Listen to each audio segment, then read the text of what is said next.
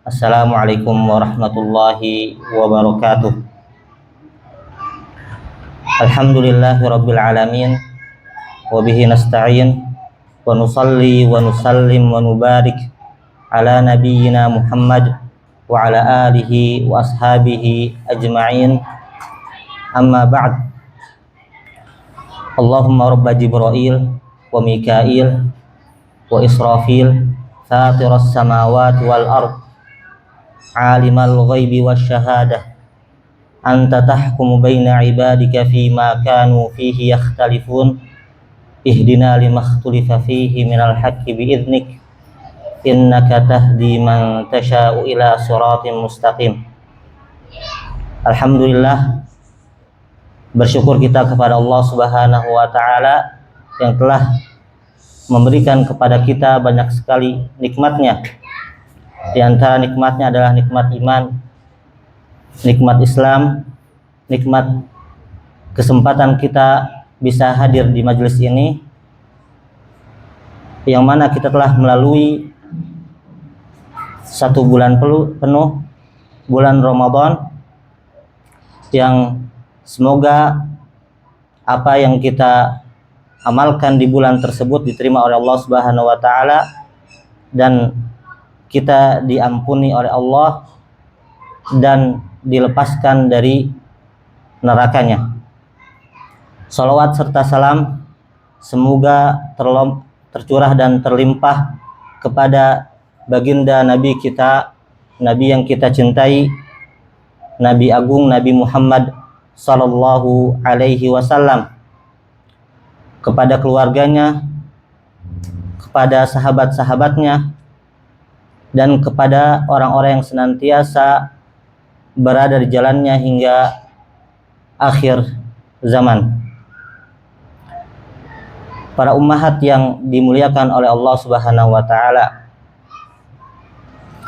pernahkah kita membayangkan ada seseorang yang hanya duduk di rumah ya, dan mungkin hanya menggerakkan jarinya, jari jempol, kemudian seseorang tersebut mendapatkan penghasilan jutaan rupiah setiap bulannya? Pernahkah kita membayangkan atau mendengar cerita bahwa seseorang tertipu jutaan rupiah gara-gara bisnis online? Ya, inilah kenyataan zaman sekarang, di mana bisnis online telah menjadi bagian dari kehidupan kita.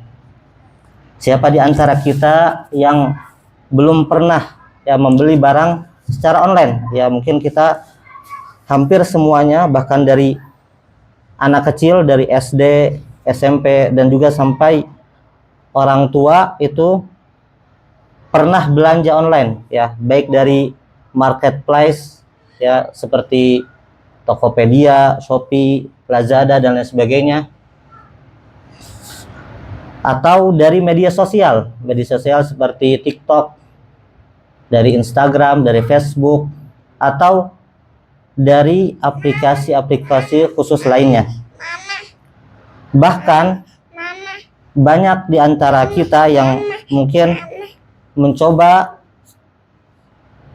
memulai peruntungannya dengan berjualan online, baik itu sebagai usaha sampingan atau juga itu menjadi penghasilan utamanya. Namun di balik kemudahan dan peluang besar yang ditawarkan bisnis online, ada juga resiko dan tantangan yang tidak boleh diabaikan. Tidak sedikit orang terjebak dalam praktek bisnis yang merugikan. Tidak sedikit orang yang melakukan pelanggaran syariat ya, mulai dari penipuan, dari jual beli barang yang dilarang oleh Allah Subhanahu wa taala, hingga transaksi yang diharamkan oleh Allah Subhanahu wa taala karena mengandung riba, gharar, kezaliman dan lain sebagainya. Hal ini sebenarnya sudah diwanti-wanti oleh Nabi kita Nabi Muhammad sallallahu alaihi wasallam. Nabi bersabda, la ya'tiyanna 'alan nas zamanun, ya, akan datang suatu masa, la yubalil mar'u bima akhadal mal. Orang-orang tidak peduli lagi dari mana hartanya didapatkan. Amin halal, amin haram. Apakah didapat dari yang halal atau dari yang haram? Ya, sebenarnya dari hadis ini ada atau terbagi menjadi dua kelompok, ya. Kelompok pertama, ya, memang orang-orang tersebut tidak peduli dengan aturan Allah. Tujuan mereka hanya dunia. Tujuan mereka hanya mengumpulkan harta sebanyak-banyaknya tanpa mengindahkan peraturan Allah Subhanahu wa taala. Kelompok yang kedua, kelompok yang masih memiliki hati yang peka, hati yang takut kepada Allah Subhanahu wa taala, dan sebenarnya mereka ingin mempraktikkan aturan-aturan Allah, akan tetapi mereka sedari kecil tidak pernah mengerti, tidak pernah mempelajari ketentuan Allah khususnya tentang muamalat. Dan kelompok ini mau tidak mau akan melanggar syariat Allah Subhanahu wa taala dalam mengumpulkan harta. Oleh karena itu penting bagi kita untuk memahami bagaimana sebenarnya hukum bisnis online menurut syariah, mana yang halal, mana yang haram, dan bagaimana cara kita agar tetap berada di jalan yang benar, jalan ketika kita berbisnis di dunia maya. Para ummahat yang dimuliakan oleh Allah Subhanahu wa taala, apabila kita melihat, membaca, menelaah kitab para ulama klasik, ya, baik dari mazhab Hanafi, mazhab Maliki, mazhab Syafi'i, mazhab Hambali, maka kita tidak akan dapati mereka membahas tentang hukum dropship misalnya, tentang hukum membeli barang lewat Amazon, lewat Nun, hukum mendapat voucher gratis ongkir, hukum trading, menjadi afiliator, dan hukum-hukum lainnya yang kontemporer. Karena zaman dahulu belum ada hal tersebut, bahkan mungkin sulit dibayangkan untuk ada. Akan tetapi para ulama tersebut telah membahas bagian mereka. Mereka telah membahas hukum-hukum yang berkaitan dengan praktek yang ada pada saat itu, dan juga telah membahas dasar-dasar atau kaidah-kaidah dibolehkannya sebuah akad transaksi, ya, yang insya Allah kita akan bahas. Sebuah transaksi menjadi sah dan halal itu apabila terpenuhi rukun dan syaratnya. Ini bagian pertama. Kemudian ketika hilang semua yang dilarang atau yang menjadi penghalangnya, maka insya Allah dengan memahami rukun dan syarat transaksi atau syarat jual beli, kemudian kita memahami apa yang dilarang, kita akan bisa memahami transaksi atau hukum transaksi tersebut. Walaupun transaksi tersebut transaksi yang baru, transaksi yang kontemporer, transaksi yang belum ada sebelumnya.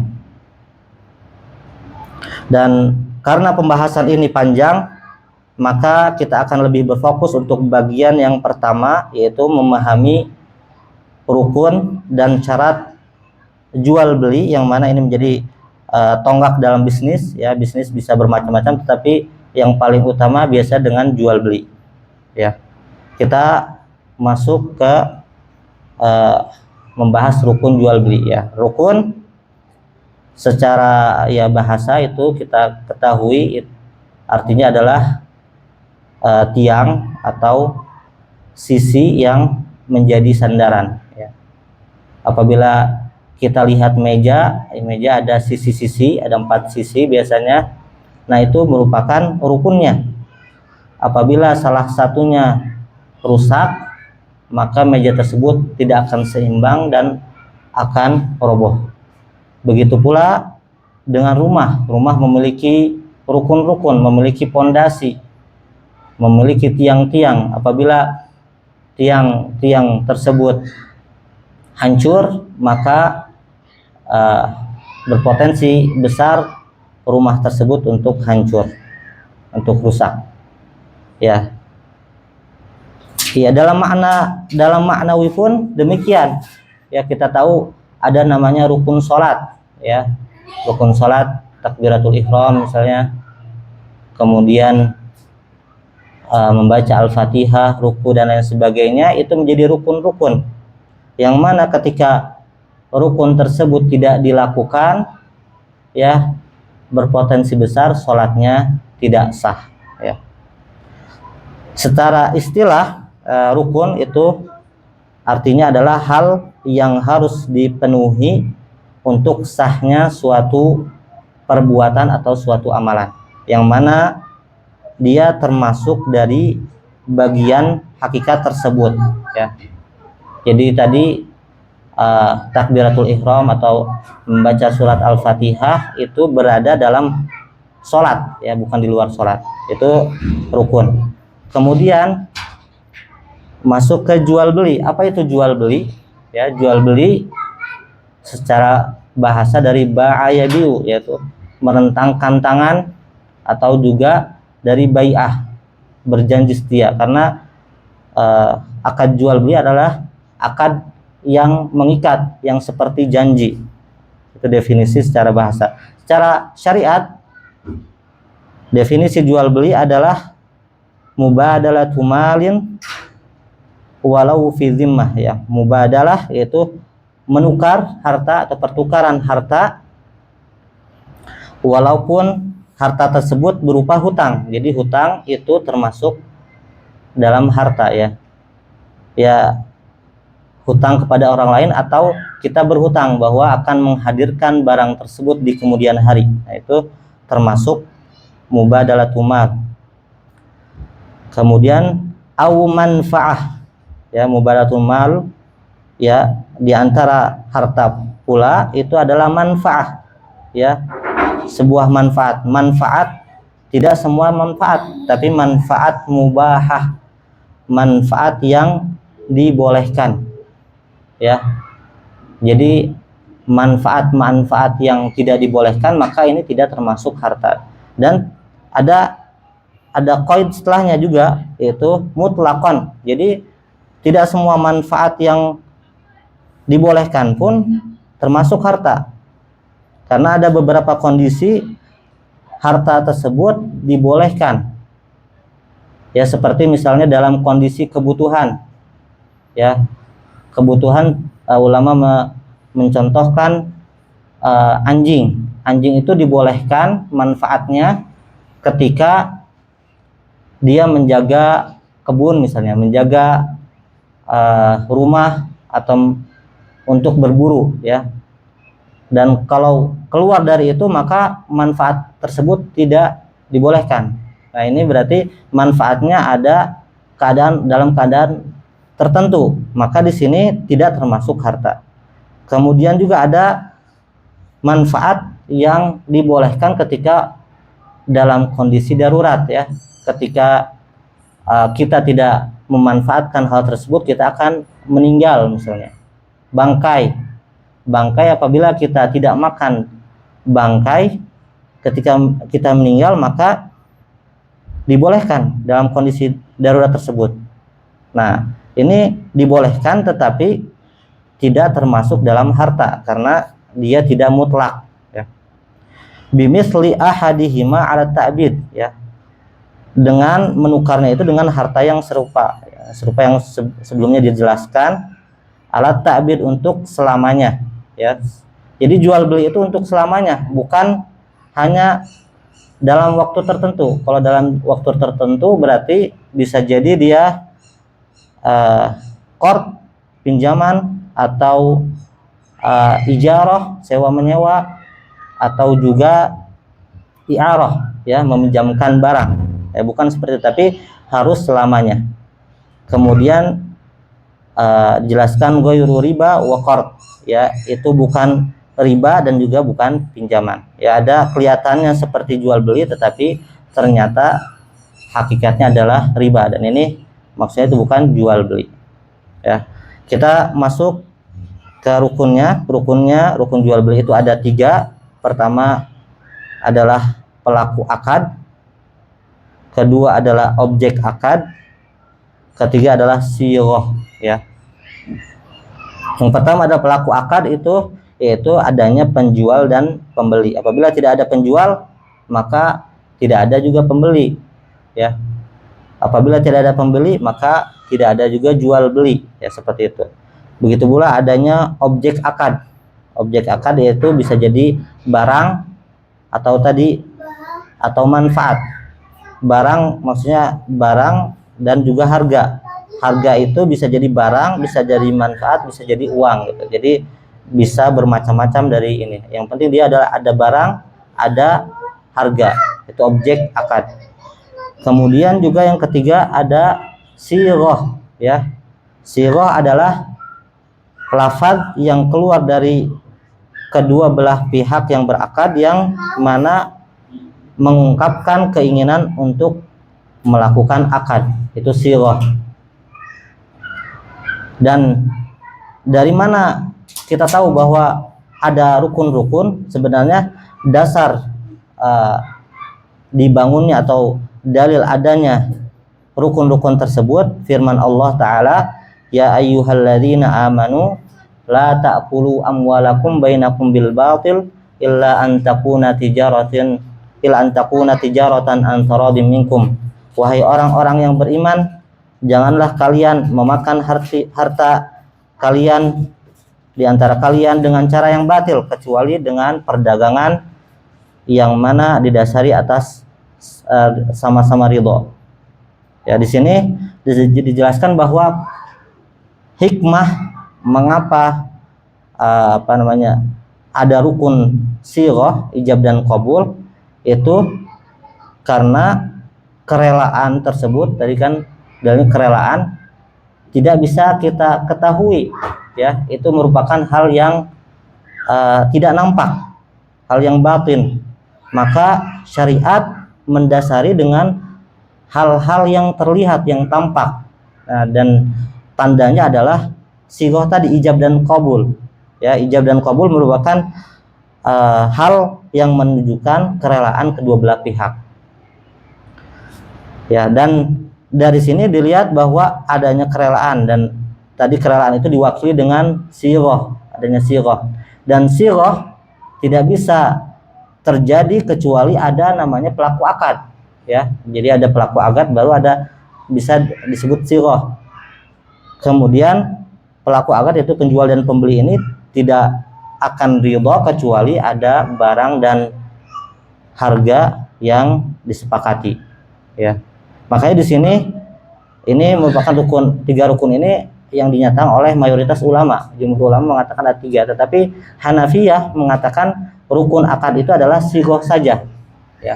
Tetapi sebenarnya tadi sighah ini tidak bisa dicapai kecuali adanya pelaku akad dan objek akad. Jadi di sini maknanya sama, hanya penyebutannya saja yang berbeda. Kemudian kita bahas tentang sighah. Sighah pun ada 2. Ada sighah qauliyah, sighah perkataan, ya. Ijab dan qabul. Ijab itu lafaz yang keluar dari penjual, ya, saya jual barang ini, ya. Itu dari pemilik barang ataupun dari yang mewakilinya, ya, yang menggantikan posisinya seperti wakil atau orang yang diberi wasiat atau juga wali atau nazir wakaf. Kemudian qabul adalah lafaz yang keluar dari pembeli, ya, saya terima, ya, biasanya dia menyerahkan juga harganya, saya terima dengan harga sekian misalnya. dari pemilik harga tadi, uang, atau yang menggantikan posisinya yang tadi disebutkan sama. Itu adalah sighah qauliyah. Ada juga sighah fi'liyah, ya. Sighah fi'liyah sering disebut atau dikenal dengan jual beli mu'athah, ya, saling memberi.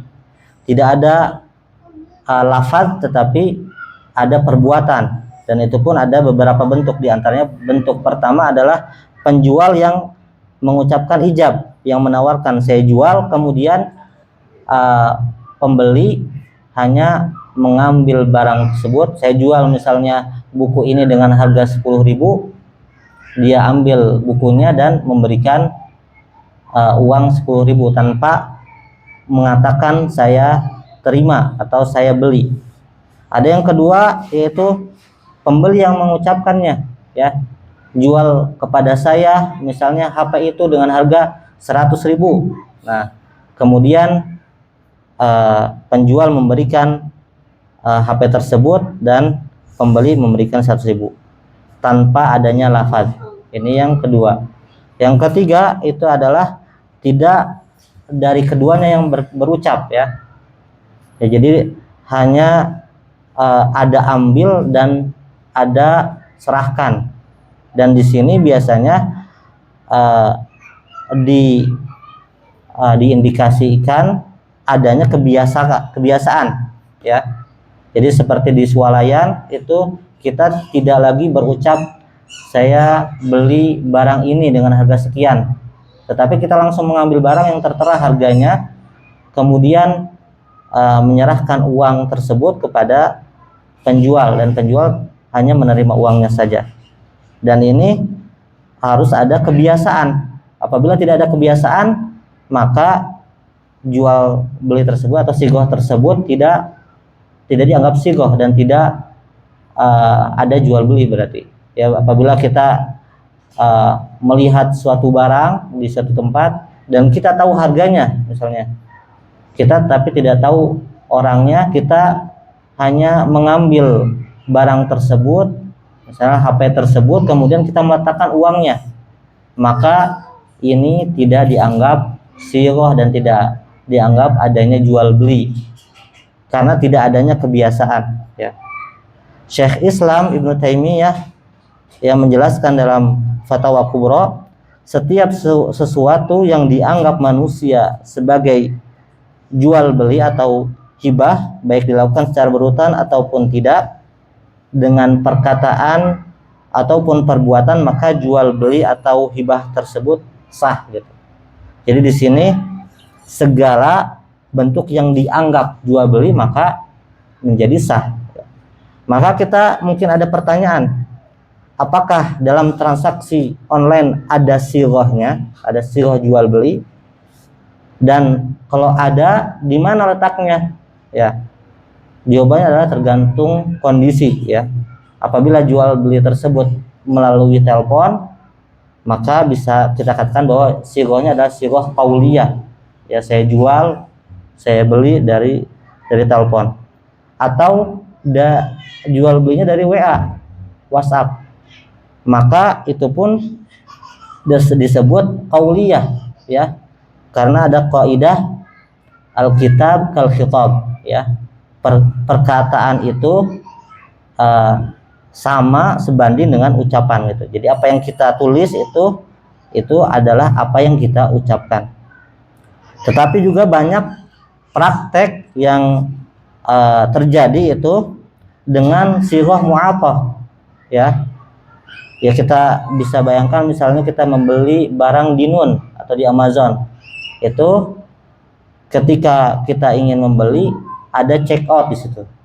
Check out, kemudian memilih metode pembayaran, ya. Ketika kita memasukkan nomor seri kartu dan juga memasukkan CV, terkadang ada SMS, nah itu disebut qabul, ya. Itu sighah qabul. Mana ijabnya? Ijabnya itu yang tampak di toko online tersebut. Jadi ketika tampak itu ijab terjadi gitu. Jadi ijab itu lama gitu. Selama itu tampak maka itu ada ijabnya. Itu adalah rukun-rukun jual beli. Kemudian para ummahat yang dimuliakan Allah Subhanahu wa taala, kita lanjut ke syarat jual beli. Ya, kita bahas apa itu syarat. Syarat ya dengan sukun huruf ra, asyartu artinya adalah ilzamu syai', yaitu mengharuskan sesuatu, atau iltizamuhu atau komitmen terhadapnya. Itu secara bahasa. Secara istilah adalah ma yalzamu min adamihil adam wala yalzamu min wujudihi wujudun wala adamun lidzatih. Ya, sesuatu yang ketidakadaannya mengharuskan ketiadaan, tetapi keberadaannya tidak mengharuskan adanya atau tidak adanya sesuatu. Ya, maksudnya bagaimana? Ya, syarat sholat adalah diantaranya ada berwudu. Berwudu berarti ketika dia tidak berwudu maka ya tidak ada sholat, sholatnya tidak sah. Ya, tetapi ketika dia berwudu belum tentu dia sholat dan belum tentu juga dia tidak sholat, itu maksudnya gitu. Jadi sebenarnya syarat ini mirip dengan rukun, akan tetapi rukun itu adalah bagian dari hakikat, tetapi syarat itu biasanya dari luar hakikat, jadi sebelumnya sampai akhir gitu. Jadi wudu itu harus ada sampai akhir sholat. Ya. Kemudian kita lanjutkan ke syarat jual beli. Syarat-syarat jual beli ulama menjelaskan ada 7. Ya. Dari mana ulama tahu ada 7? Ternyata dalilnya adalah istiqra. Istiqra adalah penelitian yang mendalam. Ya, dan dalil istiqra ini adalah metode yang disepakati, ya, disepakati oleh ulama fikih dan ulama usul bahwa itu adalah dalil. Maka kita ya mengikuti. Jadi kita mengetahui bahwa syarat ada 7. Apabila salah satu syarat tidak terpenuhi maka tidak sah jual beli tersebut. Apa syarat-syaratnya? Syarat pertama adalah keridhaan dari atau adanya keridhaan dari kedua belah pihak yang berakad. Ya, dalilnya tadi antaradin illa an takuna tijaratan antaradin minkum. Ya, harus sama-sama ridha. Ya, apabila tidak ada keridhaan maka tidak sah jual beli tersebut. Ya. Contoh-contohnya ada contoh-contoh yang ada akadnya tetapi ternyata tidak sah atau tidak diakui karena tidak ada keridhaan. Di antaranya adalah ketika misalnya dipaksa, ya. Dipaksa, jadi dipaksa untuk menjual sesuatu dengan harga sekian, maka walaupun adanya akad, adanya sighah, misalnya saya jual, saya beli, tetapi karena dipaksa tidak ada keridhaan maka jual beli tersebut tidak sah. Contoh yang lain adalah jual beli ketika bergurau gitu. Dia bergurau satu sama lain, saya jual mobil dengan harga 50 juta gitu. Padahal harganya mahal. Kemudian oh iya, sambil bercanda saya beli gitu dan lain sebagainya, maka itu tidak sah karena keduanya misalnya hanya bercanda, tidak bermaksud. Ada juga jual beli misalnya inah. Jual beli inah adalah menjual barang secara kredit, ya, dengan harga yang lebih mahal, kemudian membeli kembali dengan harga lebih murah kontan pada saat itu. Jadi seseorang misalnya menjual HP-nya dengan harga 11 juta kredit, kemudian pada saat yang sama dia membeli HP tersebut dengan harga 10 juta. Nah, dari kelihatannya itu seperti ada jual beli, adanya akad, adanya sighah. Tetapi karena bukan atas ridho dan juga itu hakikatnya adalah dia tidak ingin menjual barang tersebut, tetapi untuk mengelabui riba. Dia ingin meminjam atau meminjamkan 10 juta agar dikembalikan 11 juta. Jadi di sini tidak dianggap sah jual belinya. Syarat yang kedua yaitu setiap orang yang melakukan akad haruslah orang yang diperbolehkan untuk melakukan tindakan hukum. Ya, dalam bahasa Arabnya adalah jaizut tasarruf, ya. Jaizut tasarruf ini ditandai dengan hur, yaitu merdeka, mukallaf, orang yang bertanggung jawab, ya, baik disebut karena baligh dan juga berakal, kemudian juga ar-rasyid, yaitu cakap dalam bertransaksi. Maka tidak sah apabila transaksi tidak memenuhi syarat tersebut, ya. Berarti kalau misalnya ada anak kecil yang berjual beli, ada yang menjual, itu pada asalnya tidak sah karena dia tidak mukallaf, belum baligh, ya, belum sempurna akalnya. Begitu pula orang gila, sama, tidak sah. Jadi kalau ada yang menjual berarti tidak menjual beli dengan anak kecil, maka tidak sah. Tetapi ada yang dikecualikan, ada kondisi yang dikecualikan. Di antaranya 2 kondisi, yaitu jika wali dari anak tersebut atau orang yang kurang akalnya itu mengizinkan untuk menjual barang tersebut atau membeli barang tersebut, maka jual beli barang tersebut sah, ya. Ini kondisi pertama. Kondisi kedua adalah apabila tindakan anak kecil tersebut jual belinya itu dalam hal-hal yang remeh, ya, membeli permen, membeli ciki, membeli roti, maka ini sah dan tanpa disyaratkan ada izin dari orang tua, ya. Dalilnya apa? Dalilnya adalah riwayat atau hadis dari Abu Darda, ya, atau dari Abu Darda pernah membeli seekor burung pipit dari anak kecil kemudian melepaskannya, ya.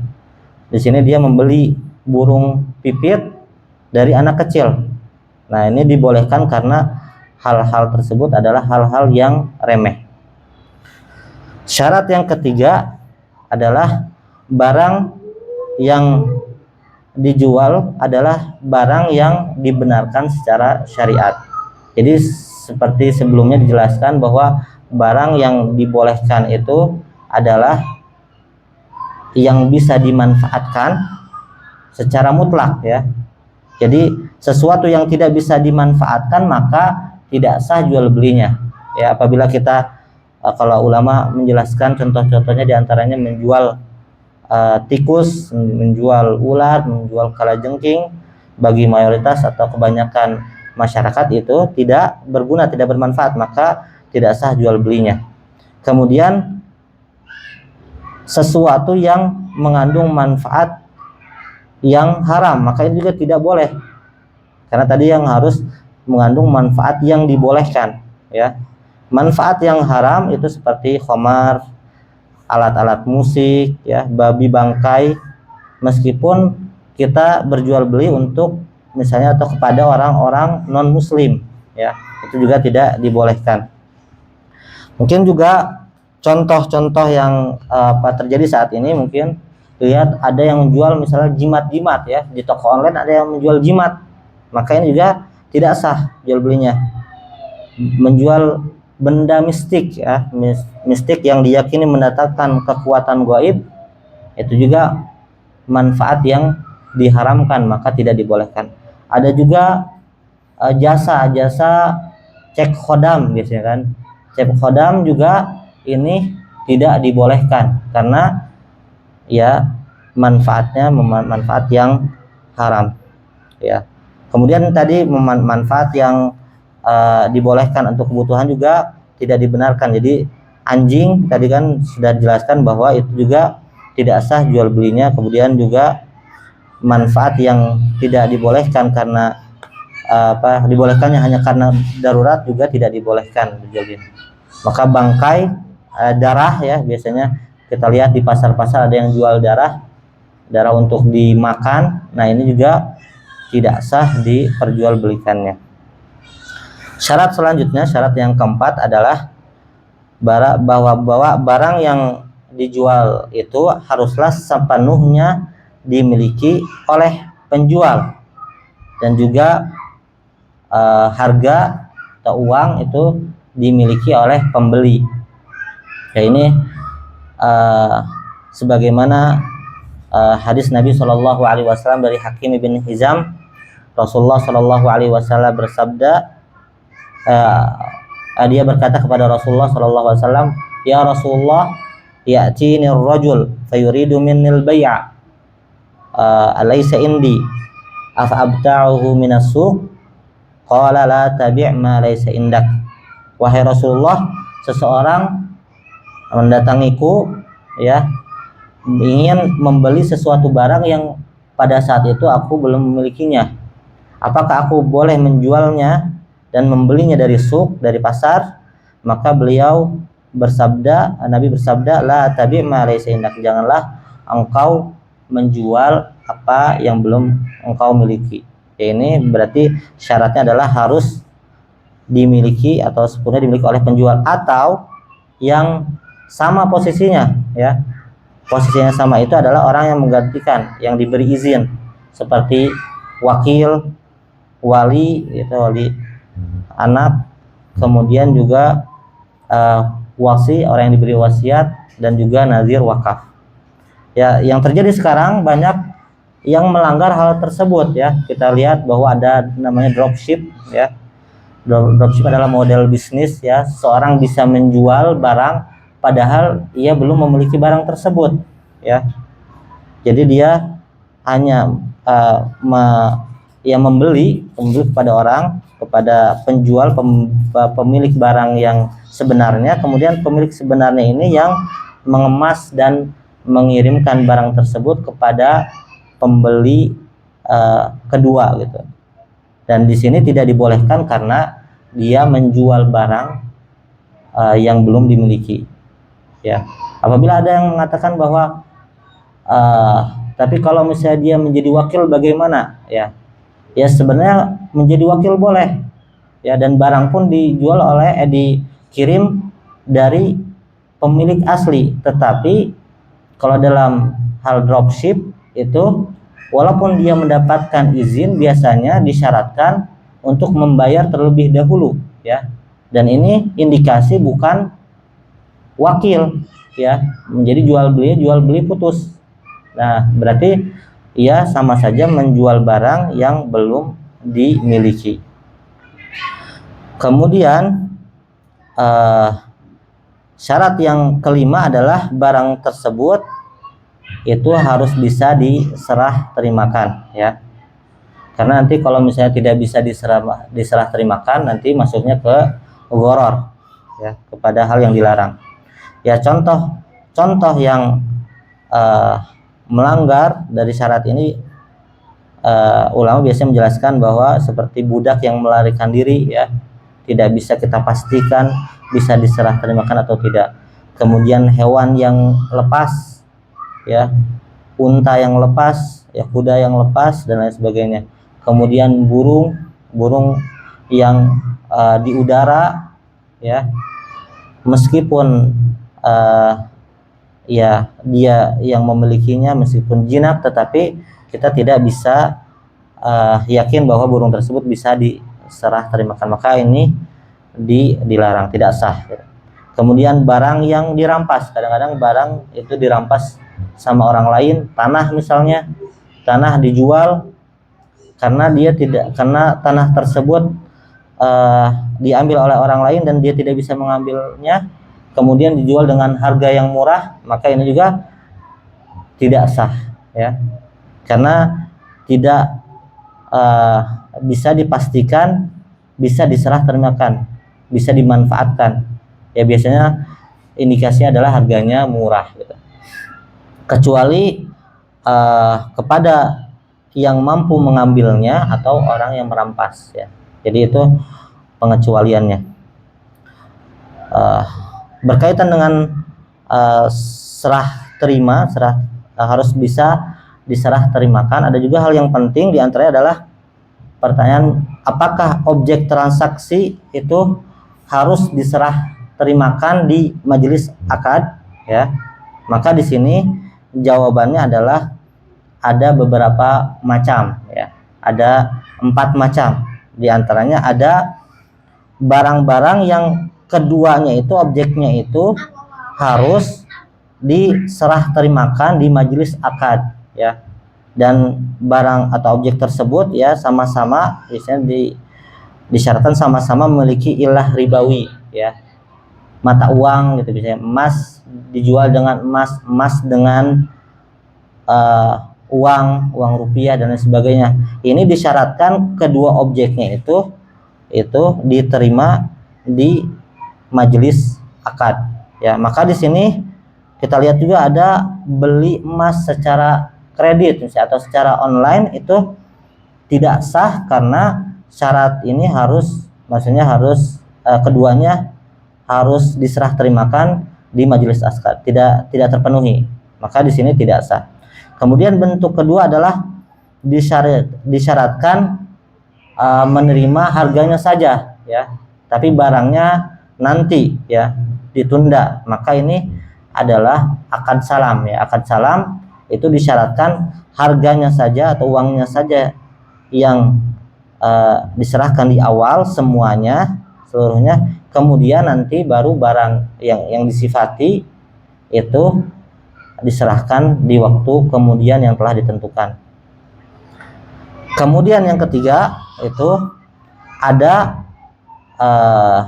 akad yang disyaratkan menerimanya itu salah satu dari objek transaksi ya, baik itu harganya atau barangnya. Jadi harus antara duanya itu diserahkan di majelis akad. Ini ketika jual beli tersebut pada barang yang mausuf fi dhimmah ya, sesuatu yang dalam tanggungan, sesuatu yang dijanjikan, tidak ditentukan secara spesifik. Nah, maka di sini harus ada serah terima. Ya, diserah terimakan salah satu dari keduanya. Bisa jadi kita serahkan uangnya terlebih dahulu ya, misalnya seseorang membeli pakaian, saya beli baju ya, baju yang mana kita belum tahu baju yang mana, tetapi yang tahu bajunya merek ini dan itu ya, maka bisa jadi bajunya dulu yang diserahkan atau uangnya dulu yang diserahkan, baru sah akadnya. Ada bentuk yang keempat, tidak disyaratkan menerima keduanya ya. Kedua objek transaksi tidak disyaratkan diterima di majelis akad, yaitu ketika menjual barang yang muayyan, yang ditentukan secara spesifik ya. Misalnya anak punya mobilnya ada di rumah dengan spesifikasi misalnya ini dan itu secara jelas, kemudian dia tidak memiliki mobil kecuali yang itu ya, kemudian dia jual, saya jual dengan harga kredit ya, mungkin diserahkan sebulan lagi. Nah, ini maka dibolehkan karena itu muayyan. Itu yang diantara yang dijelaskan. Kemudian syarat yang selanjutnya, syarat yang keenam, yaitu barang yang dijual harus diketahui dengan jelas oleh kedua belah pihak ya.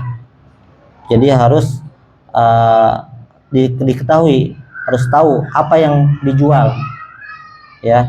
Dan mengetahui bisa dengan dua cara ya, dengan melihatnya langsung, melihat spesifikasinya, melihat benda tersebut ya seluruhnya, ataupun dengan misal saja dengan contoh ya, misalnya dia ingin membeli sepatu ya, sepatu 100 pasang, kemudian dia berikan contoh seperti ini, satu contoh yang nanti sisanya sama. Nah, ini dibolehkan. Kemudian atau dengan cara yang kedua adalah dengan mensifati, dengan definisi ya, barang ini adalah misalnya barang ya, baju dengan kain ini dengan ukuran seperti ini ya, detail gitu, secara detail, maka ini pun dibolehkan. Contoh-contoh jual beli yang tidak terpenuhi syarat ini kita lihat di online pun ya banyak ya, ada lah ya sesuatu yang pastinya belum dilihat ya, belum deskripsikan dengan cukup, ya misalnya mystery box, ya misalnya kita membeli. Nah, ini juga tidak dibolehkan karena kita tidak mengetahui apa yang ada di dalamnya, ya. Kemudian juga misalnya pakaian, ya di dalam karung, ya kita tidak tahu jumlahnya berapa, kita tidak tahu sifatnya atau deskripsinya seperti apa, ya mungkin bermacam-macam, maka ini juga tidak dibolehkan. Ya, ya di sini banyak orang-orang menjual seperti itu, ya, menjual yang sesuatu yang deskripsinya kurang, ya. Kadang-kadang misalnya pakaian wanita, ya motifnya bunga, ya yang ditampakkan adalah yang bagus, ketika datang ternyata berbeda, ya. Ini sebenarnya jual beli yang dilarang, ya. Kemudian juga banyak juga yang menjual barang yang fiktif gitu. Fiktif, ya dia menjual HP, misalnya HP dengan spesifikasi tinggi. Nah, ternyata ketika datang, ya tidak demikian gitu. Maka di sini juga tidak dibolehkan. Yaitu adalah syarat yang keenam. Ya, syarat yang ketujuh adalah harga, ya itu juga harus jelas berapa harganya, ya. Tidak boleh adanya ketidakjelasan, ya. Misalnya seseorang meletakkan harganya itu di antara misalnya gelas gitu, ya dikocok, ada yang harganya 5.000, ada yang harganya 10.000, ada yang harganya 15.000. Mana yang dibuka maka itu harga barang tersebut, yaitu maka dilarang.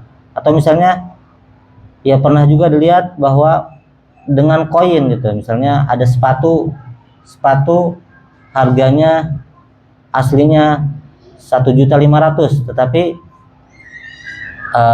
agar menarik perhatian maka dikatakan bahwa kita pakai koin apabila misalnya keluar gambar harga 1.600.000, apabila keluarnya angka maka akan dijual harganya 1 juta gitu, ya. Orang-orang tertarik karena harganya bisa jadi lebih murah. Tetapi di sini tidak dibolehkan dan tidak sah jual belinya karena tadi tidak jelas harganya, ya. Itu adalah diantara rukun dan syarat jual beli, ya. Mungkin kita ulangi, ya. Rukun jual beli ada 3, ada pelaku akad, penjual dan pembeli, ada objek akad, ada barang, ada harga, kemudian juga adanya sighah. Kemudian syarat jual beli pertama adalah keridhaan dari kedua belah pihak, ya. Yang kedua adalah orang yang berakad harus diperbolehkan secara syariat. Kemudian yang ketiga adalah barang yang dijual belikan adalah barang yang dibenarkan syariat, ya, dibolehkan dimanfaatkan secara mutlak, ya. Kemudian syarat yang keempat adalah barang tersebut harus dimiliki oleh penjual, ya, sepenuhnya penjual atau yang mewakilinya.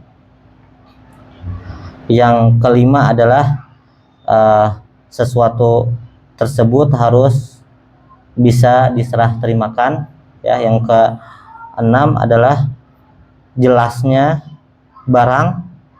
Yang ketujuh adalah jelasnya harga, yaitu adalah diantara rukun dan syarat jual beli, ya.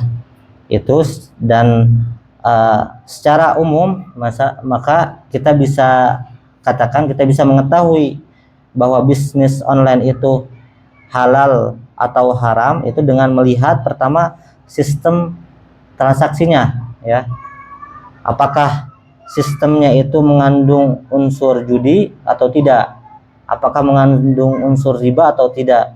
Apakah ada kezaliman, yaitu memanipulasi, kecurangan atau yang lainnya? Apabila ada maka ini tidak dibolehkan. Kemudian objeknya dilihat, objek transaksi tersebut apakah hal-hal yang dibolehkan oleh syariat atau tidak. Ya, sebenarnya ini masuk dalam rukun dan syarat, tetapi disendirikan karena banyaknya yang tidak memahami. Kemudian yang ketiga adalah apakah akad tersebut, jual beli tersebut tidak atau memenuhi rukun dan syarat jual beli atau tidak, ya.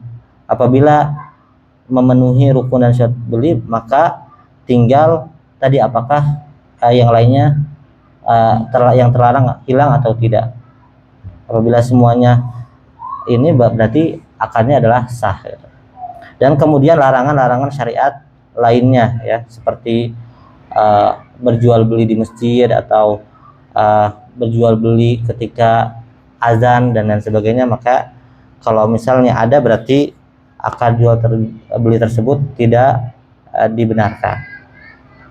Ya, demikian pembahasan kita tentang halal haram bisnis online. Semoga apa yang telah disampaikan dapat menambah ilmu dan kehati-hatian kita semua dalam menjalankan bisnis. Mari kita jadikan bisnis online bukan hanya sebagai sarana mencari keuntungan dunia, tetapi juga sebagai jalan untuk meraih keridhaan Allah Subhanahu wa taala. Semoga Allah mudahkan langkah kita dalam mencari rezeki yang halal, menjauhkan kita dari segala bentuk transaksi yang haram, dan memberkahi setiap usaha yang kita jalankan. Allahumma kfina bihalalika an haramika waghnina bifadlika amman siwak. Ya, ini mungkin yang bisa disampaikan, ya. Segala kebenaran datang dari Allah Subhanahu wa taala, dan kekurangan dan kesalahan murni dari anak pribadi dan syaitan, ya. Wabillahi taufik. Ya, apabila ada pertanyaan boleh dititipkan kepada istri anak. Tapi karena tidak ada pertanyaan, kita tutup dengan doa kafaratul majlis. Subhanakallahumma wa bihamdika asyhadu an la ilaha illa anta astaghfiruka wa atubu ilaik. Wassalamualaikum warahmatullahi wabarakatuh.